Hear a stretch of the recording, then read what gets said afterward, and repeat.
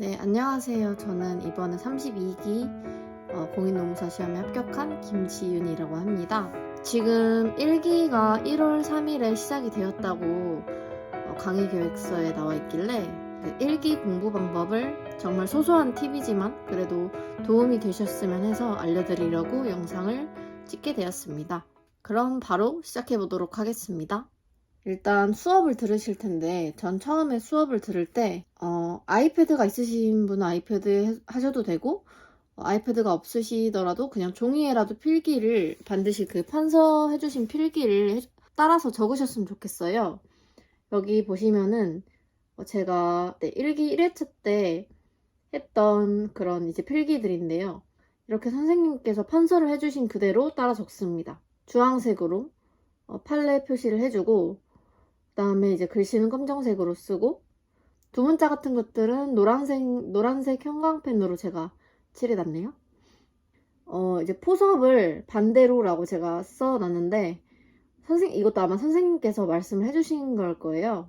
판서를 해놓으면 좋은 이유가 여기 보시면은 플로우를 알 수 있어요. 경합금지 의무라고 했을 때 의무에는 주된 의무랑 부수적 의무가 있는데 주된 의무는 2조 제1항 제4호에 나와 있고 이제 부수적 의무는 근로자는 성실 의무, 그 다음에 사용자는 배려 의무 이렇게 있다고 적어놨네요. 그래서 이 의무 중에서 부수적인 의무 중에서 근로자의 성실 의무 중에서 나오는 게 경업금지 의무입니다. 이렇게 이제 도식으로 선생님이 그려주신 걸 그대로 따라서 적으면 대충 이 경업금지 의무가 어디에서 나오는지 어디에서 도출이 되는지를 알 수가 있어요. 그래서 처음에 개념을 써주고 이 경업금지 의무가 어떤 경우에 소멸을 하는지, 그 다음에 만약에 그 이후에도 이 의무가 발생되기 위해서 어떤 약정이나 뭐 법률이 있어야 하는지, 그리고 만약에 약정이 있다면 그 약정에 관한 판례들이 어떤 게 있는지, 이 판례는 여기 보시면 기본 원칙은 민법 103조로 처리를 하고, 그 다음에 두 번째 문단이 이제 이위 간지직 대경공 선생님께서 알려주신 그런 두 문자죠. 그 다음에 그 중에서 이 제일 첫 번째였던 이익이 어떤 게 있느냐, 이에 대해서 이제 3번에서 동그라미 3번에서 이야기를 해줍니다. 그 다음 4번에서 입증 책임까지 이렇게 4단 구조로 이루어진 것을 알 수 있습니다. 제가 방금 읊은 이런 플로우가 정말 시험날까지 정말 도움이 되는 거기 때문에 이런 플로우는 누가 갑자기 물어봐도 술술술 대답을 할 수 있는 정도가 되어야 한다라고 저는 생각을 합니다. 과제를 내주시면 항상 저는 이렇게 필기를 어차피 저는 이 필기를 복습을 할 거기 때문에 이 필기 마지막에 적어놨어요. 그래서 한번 이 복습을 한 후에 이제 과제를 하려고 과제로 넘어갔죠. 강의 계획서를 이렇게 보시면 제가 옆에다 써놨잖아요. 사이닝 보너스까지, 그리고 3회는 뭐 취업규칙 불이익 변경 절차까지 이렇게 써놨어요. 이게 이제 근로계약의 성립이라고만 나와 있으니까 그 중에서 진도가 어디까지 나갔는지를 이제 구체적으로 이렇게 기재를 해놓는 방식을 썼습니다. 제 모의고사를 한번 보여드려 볼게요. 경업금지 약정이 나왔었어요. 그래서 논점에 정리해서 일단 등장인물을 등장을 시켜줬습니다. 전자회사 A는 근로자 갑과 영업비밀 보호 서약, 말이 안 나오네. 영업비밀 보호 서약서를 체결했다. 이 서약서의 실질은 경업금지 약정인 바, 이렇게 이제 저는 이 논점이 어떤 건지 알고 있다라는 것을 이렇게 짚어주었고요. 이 약정의 유효성이 논점이다. 근데 왜냐하면 그 경업금지 의무라는 것은 근로관계 종료 후에도 그 약정이 유효하다면 존속할 수 있기 때문이다. 이렇게 이제 연결을 잡아준 것이고요. 그래서 이제 뭐 유효성 판단 기준 이런 거 살펴보겠다라고 했습니다. 그 다음에 두 번째 문단에서는 경업금지 의무라고 해서 의 및 발생 근거, 아마 교재에 이렇게 되어 있을 거예요. 최대한 교재를 따라가려고 많이 했거든요.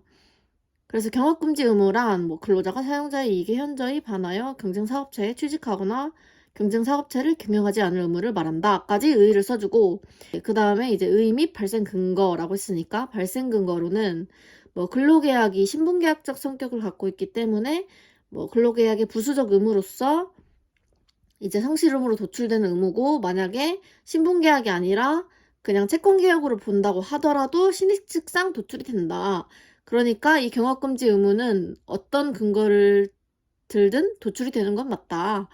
이거를 이제 짚고 넘어가려고 했습니다. 이제 근로관계 종료와 경업금지 의무, 이 문단이 나온 이유는 경업금지 의무는 우리가 이제 위에서 신분계약적 성격을 근거로 먼저 들었기 때문에 그러면 근로관계가 종료된 후에는 신분계약적 성질이 이제 사라지는데, 그럼에도 경업금지 의무가 있느냐를 따지기 위해서 이제 써준 건데요. 근로관계 종료와 경업금지 의무 해서 경업금지 의무는 근로계약 체결로 발생하는 의무이므로 근로관계 종료 후에는 발생하지 않는 것이 원칙이다 라고 해서, 원래 종료가 되면 경업금지 의무도 사라진다 라는 것을 이제 써준 거예요. 하지만 법률에 규정이 있거나 당사자가 약정을 했으면 근로관계가 종료된 후라도 경업금지 의무가 유지가 된다라고 써놨어요. 이 문제에서는 경업금지 약정으로 나왔겠죠. 그래서 이제 약정의 유효성 해서 문제의 소재는 이제 연결고리예요. 제가 위에 내용을 이야기를 하다가 갑자기 이걸 왜 말하느냐, 그 이유가 문제의 소재입니다. 전술한 바와 같이 약정에 의해 의무가 유지될 수 있는데, 이러한 약정은 근로자의 직장 선택의 자유를 지나치게 제한할 수 있기 때문에 그 약정의 유효성 판단이 필요하다, 이렇게 적어놨어요. 그러니까 이제 그 약정의 유효성을 왜 판단을 해봐야 되는지 내가 설명해 줄게 하고 이제 문제의 소재에다가 먼저 적은 겁니다. 그리고 이제 판례의 입장에서 이 판례가 4단 구조로 되어 있어요. 그래서 기본 입장은 민법 103조로 판단을 하기 때문에 이렇게 대충 채점자분들이 알아보시기 쉽게 이렇게 적어놨습니다. 이거는 이제 외워서 쓴 것이고요. 유효성 판단의 구체적 기준도 써놨고요. 그 다음에 세 번째 구조가 이제 보호가치 있는 사용자의 이익이 뭔지, 영업비밀뿐만 아니라 이러이러한 것도 포함된다, 이렇게 써놨어요. 그 다음에 네 번째 구조가 증명책임. 그리고 이제 이 판례의 경향, 이거는 이 경업금지 약정이 만약에 조금 이제 지나치게 근로자를 제한하는 부분이 있더라도 그 전부를 무효라고 보는 게 아니라 그 지나친 부분, 그 부분만 부분 무효로 본다 라는 것을 설명을 해줬어요. 그리고 사안의 적용으로 들어갔습니다. 사안의 적용도 목차를 잡아서 써놨는데요. 1번이 이제 보호할 가치 있는 사용자의 이익, 이게 아마 시초가 된 판례에서 가장 중요한 거였을 거예요. 그래서 이 보호가치 있는 사용자 이익을 이제 별도로 목차를 잡아서 자세하게 풀어주고, 그 다음에 퇴직 전 지위, 경업 제한 기간, 지역, 대상, 직종 이런 거 해주고, 대가 제공 여부 및 퇴직 경위 이런 것도 하나하나씩 다 포섭을 해줬습니다. 그 다음에 4번으로 소결을 내려줬어요. 소결은 경업금지 약정, 민법 103조에 위반하지 않으므로 유효하다. 근데 이제 결론은 문제에서 물어본 걸 써야 되잖아요. 문제에서는 누구가 어떻게 주장하는데 타당하냐 이렇게 물어보니까 갑에게 손해를 배상하라는 A 회사의 주장은 타당하다, 이렇게 적었어요. 그러니까 소결이 필요한 이유가 우리가 결론에서 그 약정의 유효성을 따지긴 하지만 이렇게 길게 따질 수가 없으니까 소결에서 한번 이 약정에 대해서 이제 결론을 지어주고, 그 다음에 이 결론 목차에서는 그 문제에 대한 답을 내려주는 형식입니다. 일단 이렇게 한 문제만 봐봤는데요. 도움이 되셨을지 모르겠지만, 네, 그래서 제가 지금 말씀드린 게 일단 판서를 기록을 하고, 이거를 복습은 무조건 하셔야 됩니다. 그리고 복습을 다 하고 이제 과제를 푸시고요. 그리고 이제 방금은 이제 시험 본 거를 말씀을 드렸어요. 이제 그 다음에 저의 책을 보여드릴 건데, 네, 이게 제 책인데요. 먼저 근기법상 근로자의 주제인 경우에는 먼저 개념이 나오고, 이 개념에서 직업의 종류와 관계없이 임금을 목적으로 사업이나 사업장에 근로를 제공하는 사람이다. 2조 1항 1호. 근데 여기서 이 근로가 무엇인지에 대해서는 2조이랑 3호에서 정의를 하고 있네요. 근로란 뭐 정신노동, 육체노동 모두 포함한다. 근데 이제 여기까지는 법 규정에 나와 있는 부분이고, 그러면 이 정신노동, 육체노동, 그래, 알겠다. 근데 여기서 이제 노동이라는 게 어떤 노동이냐에 대해서 이제 검토 느낌으로 이제 한 줄을 붙여주는 거예요. 이 문장은 뭐 독립노동이 아니라 종속적 노동만을 의미한다고 해석이 된다. 그러니까 내가 생각하기에 그렇게 해석이 된다. 왜냐하면 위임이나 도급이랑 구분이 되는 근로계약의 본질적인 성격이기 때문이다. 이거는 뒤에 법 표시가 없잖아요. 이거는 이제 나의 생각이다 이런 거를 이제 붙여주는 건데, 사실 나의 생각이 아니라 뭐 선생님의 생각이시겠죠. 하지만 이제 이걸 나의 생각이라고 생각을 하고 이렇게 써야 됩니다. 판례의 입장. 여기서 종속적 노동이라고 저희가 이제 검토를 했으니까, 그러면 종속관계, 자 문제의 소재에서 상기한 바와 같이 근기법상 근로자로 인정이 되려면 종속관계에서 근로를 제공하는 사람이어야 한다. 근데 이 종속관계를 어떻게 판단을 해야 할까요? 라는 걸 여기다가 적어준 거예요. 판례도 종속성을 이제 근로자의 인정 요건으로 제시를 한다. 그 종속관계라는 것이 도대체 어떤 것인지, 어떤 것을 보고 종속적이라고 하는지에 대해서 뭐 판례 입장을 살펴본다 이렇게 쓰고, 기본 원칙은 뭐 근기법상 근로자 해당하는지 여부는 형식이 아니라 실질에 있어서 임금 뭐 사업장에서 임금 목적으로 종속적 관계에서 사용자에게 근로를 제공했는지 여부에 따라 판단해야 한다. 여기서 키워드는 형식이 아니라 실질을 본다라는 거고요. 그 다음에 그 근로자가 종속적 관계에서 사용자한테 근로 제공했는지 여부, 이게 지금 키워드겠죠. 그래서 이 아래부터는 종속적 관계가 그럼 어떤 건데 라는 것을 설명을 해줍니다. 판례가 하나, 두 개로 나눴네요. 그래서 똑같은 판례예요. 똑같은 판례. 2006 12월 7일, 2006 12월 7일. 근데 이거를 이제 외우기 좋게, 그리고 이제 답안지에 적어 내려가기 좋게 이렇게 교재가 이제 나눠져 있는 거예요.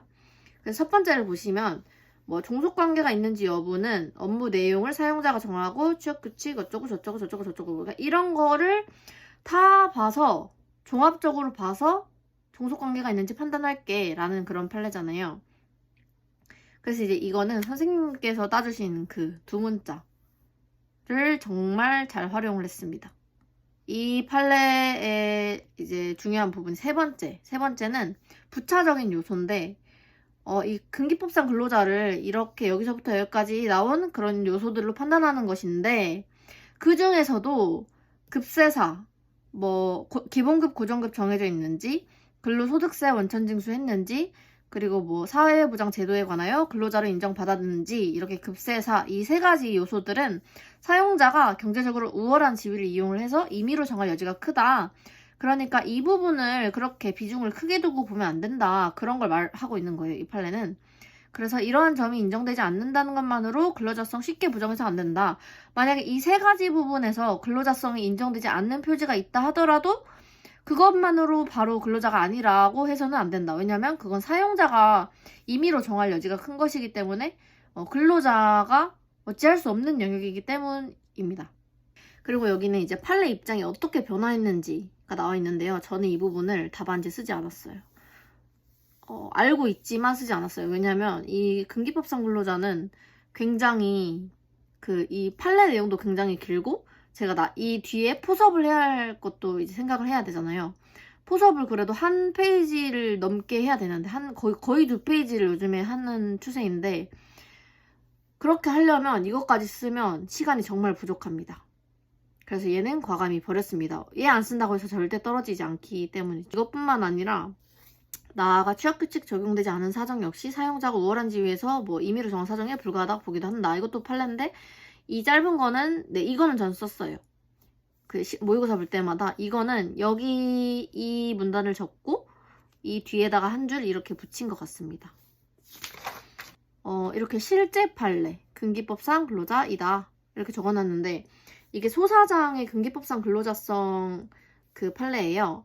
근데 이거를 이제 뭐 모든 판례를 다 결론을 낼 수는 없지만, 이런 건 좀 특이한 케이스잖아요. 이렇게 구체적인 사례잖아요. 소사장이나 뭐 임원 이런 거는 다 구체적인 사례이기 때문에 이런 사례들은 제가 여기 판례 번호가 나와 있어서 이거를 검색을 해보면 실제 판례 결론이 어떻게 났는지 알 수 있어요.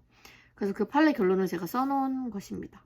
네, 경업금지 의무를 봐보면 이제 1기 때는 이렇게 플로우를 책에다가 다 바로 쓰시지 마시고 포스트잇으로 이것을 정리를 해보시는 걸 추천을 드립니다. 왜냐면 1기 때 내 플로우랑 2기 때 플로우랑 3기 때 플로우는 조금씩 다를 수 있어요. 하지만 이제 정리를 해놔야 내가 이런 플로우로 이 주제를 생각을 하고 있는 걸 제가 스스로 알 수 있기 때문에 정리를 해두시는 것을 권유드립니다. 아까 제가 보여드렸던 그 문제 풀 때 뭐 실질이 경업금지 약정인 바라고 했잖아요. 근데 그런 걸 다 여기다 써놓은 거예요. 논점의 정리에서 실질이 약정임을 짚어주기. 왜냐면 문제에서는 대놓고 뭐 기업 A와 근로자 갑이 경업금지 약정을 체결하였다라고 안 나오기 때문에 물론 나올 수도 있지만 그렇게 안 나올 때는 혹시나 당황을 할 수 있기 때문에 그렇게 나오더라도 뭐 이름이 뭐 무슨 서약서라고 하더라도 실질은 이 약정이다 라고 해주면 그 문제의 논점에 대해서 제가 정확히 알고 있다는 것을 어필을 할 수 있겠죠.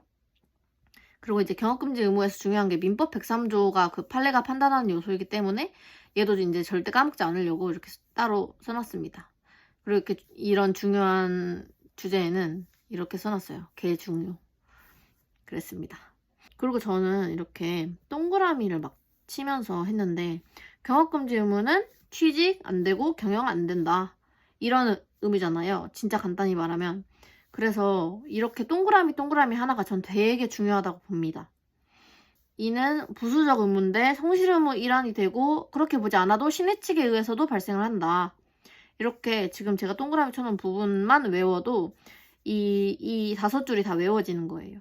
그래서 먼저 이해를 한 다음에 여기서 키워드가 뭔지를 체크를 하시고 처음부터 근데 볼펜으로 하지 마시고 연필로 처음에는 하셨다가 이게 정말 키워드라는 게 확실해질 때쯤 한 2기쯤에 이제 볼펜으로 하시는 거를 추천을 드립니다. 판례의 경우에는 이렇게 구조가 나눠져 있을 때는 이렇게 써놨어요. 4단 구조. 그러면 내가 무조건 4개의 단락은 써야 되구나. 그 4개의 단락에 해당하는 내용이 뭘까라고 생각을 해서 첫 번째는 무조건 103조. 경업금지 의무는 103조가 가장 중요하기 때문에 103조 이대로 목차 제목을 굳이 이대로 안 써도 돼요. 저는 기본 입장 땡땡 민법 제103조라고 썼잖아요. 아까 그 답안지에서. 그렇게 이제 알아볼 수 있을 정도로만 쓰시면 됩니다. 두 번째는 뭐 유효성에 대한 판단 기준. 이것도 여기다 다 두 문자를 따놨죠. 그 다음에 보호가치 있는 사용자 이익. 여기서는 이 보호가치 있는 사용자 이익은 이 첫 번째 요소였죠. 이게 여기로 이렇게 이어진 거예요. 그리고 여기 사용자 이익은 영업비밀뿐만 아니라 지정고신이 있다. 이렇게 적어놓은 것이고요. 그 다음에 입증책임. 입증책임은 사용자가 유효성을 인정받기 위한 사정을 증명을 못하면 그러니까 이 유효성에 관한 것을 사용자가 뭐 충분한 증거가 없어서 증명을 못 해버렸으면 그런 약정은 이제 없는 겁니다. 네. 그래서 그런 의미의 판례이고요. 아까 제가 판례의 경향이라고 아까 답안지에 썼던 것 같은데 판례는 대다수의 경우 전체가 무효가 아니라 뭐 합리적이지 못한 범위만 무효가 된다는 입장이다. 이거를 이제 아까 저의 이제 방식으로 쓴 겁니다. 그래서 여기서 선생님이 말씀해 주신 거예요. 사안에 적용해서 손해배상 액수가 지나치게 과하면 감경 가능하다라는 것을 포섭에서 활용 가능하다라고 제가 적어둔 것이고 또 이제 이거에 대한 예시로는 만약에 경업금지 기간이 너무 길다. 그러면 그 기간만 무효다. 이제 그런 느낌으로 써놨습니다. 또 이 판례의 실제 판례의 결론도 써놨습니다. 그리고 이렇게 스티커는 그 모의고사에 나온 것들입니다. 1기 때는 아니고 2기부터 스티커를 붙이기를 시작했네요. 그래서 이렇게 2기 3기 모의고사, 3기 추가 모의고사다 이렇게 해놓고 이런 것도 이게 어떤 판례인지 궁금해서 한번 찾아봤더니 임금피크제 판례였더라고요. 그래서 이런 것도 이렇게 써놨습니다. 근데 모든 판례를 다 이렇게 찾아보시라는 말은 절대 아닙니다. 그럼 너무 시간 낭비가 심해서 좀 중요하다고 보이는 것만 찾으셔도 될 것 같아요. 네, 이게 저희 시험 문제였는데요. 올해 2023년 32회 노무사 시험 문제였는데요. 이게 2023년 변시 8월 모고에 나왔었어요. 그래서 그거를 해놓고 별표를 해놓고 이렇게 스티커도 붙여놓고 하니까 이제 좀 자주 보게 되잖아요. 그래서 이런 것도 선생님이 이거 말씀해 주신 거예요. 제가 찾아볼 수가 없어요. 저는 시간이 없잖아요. 공부를 해야 되니까. 그래서 이제 선생님이 말씀해 주시면 아 그렇구나 라고 하면 분명히 까먹기 때문에 여기다가 이렇게 적어 주시는 것을 추천을 드립니다. 또 최신 판례 같은 경우에는 이렇게 따로 선생님이 뽑아 주시기 때문에 아니면 이제 파일을 주시기 때문에 이것도 이렇게 붙여놓고 이렇게 보시면 될 것 같아요. 저는 여기다가 테이프로 이렇게 붙였어요. 네, 얘도 마찬가지로 여기다 테이프 붙여가지고 볼 수 있게 했습니다. 이렇게. 이런 판례들은 정말 길어서 외우기가 조금 힘들어요. 근데 이제 어떻게든 두문자를 따거나 아니면 수험 카페에서 두문자를 찾아서 외우셔야 됩니다. 이 전체를 다 외우는 건 너무너무 시간이 부족하고요. 이렇게 저는 이렇게 노란색으로 친 부분만 외웠습니다. 근데 이거는 이제 사람마다 중요하다고 생각하는 부분이 달라서 아마 선생님께 물어보시면 잘 대답을 해주실 겁니다. 저는 동그라미를 치면서 외우는 걸 정말 좋아했고 되게 잘 외워진다고 생각을 하는데 평균임금 산정 방식 해가지고 평균임금이라는 건 통상적 생활임금 사실대로 산정을 해. 그게 기본 원리야. 근데 이제 그 통상적 생활을 종전과 같이 보장하려는데 그 취지가 있어. 그래서 분쟁 발생하면 이러한 그 이 위 두 문장과 같은 입법 목적이 고려되어야 할 거야. 이거를 동그라미를 쳤어요. 그러면 이 동그라미 친 거는 되게 눈에 잘 들어오거든요. 그냥 이런 밑줄보다는 너무 글자가 둥둥 떠 있는 느낌을 받아서 저는 다 묶어줬어요. 그러면 확실히 눈에 더 잘 들어오는 느낌이 있더라고요.